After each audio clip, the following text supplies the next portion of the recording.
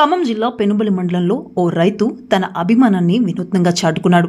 ఫ్లెక్సీలు, కటౌట్లు కాకుండా పచ్చని వరి నారుమడిలోనే కేసీఆర్ అనే అక్షరాలను తీర్చిదిద్ది అందరి దృష్టిని ఆకర్షిస్తున్నాడు. రైతు సృజనాత్మకతకు స్థానికులు ప్రశంసలు కురిపిస్తున్నారు.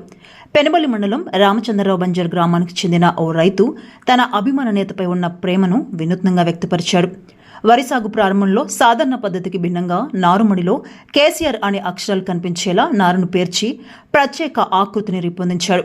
ఈ కార్యక్రమంలో కూలీలు కూడా భాగస్వాములై కేసీఆర్ మళ్లీ రావాలి అంటూ నారుమడి చుట్టూ బతుకమ్మ ఆడిపాడారు. దీంతో వ్యవసాయ పనుల్లో సాంస్కృతిక సందడి నెలకొంది. పచ్చటి నారుమడిలో స్పష్టంగా కనిపిస్తున్న కేసీఆర్ అక్షరాలు దారిని వెళ్లేవారిని, తోటి రైతులను విశేషంగా ఆకట్టుకుంటున్నాయి.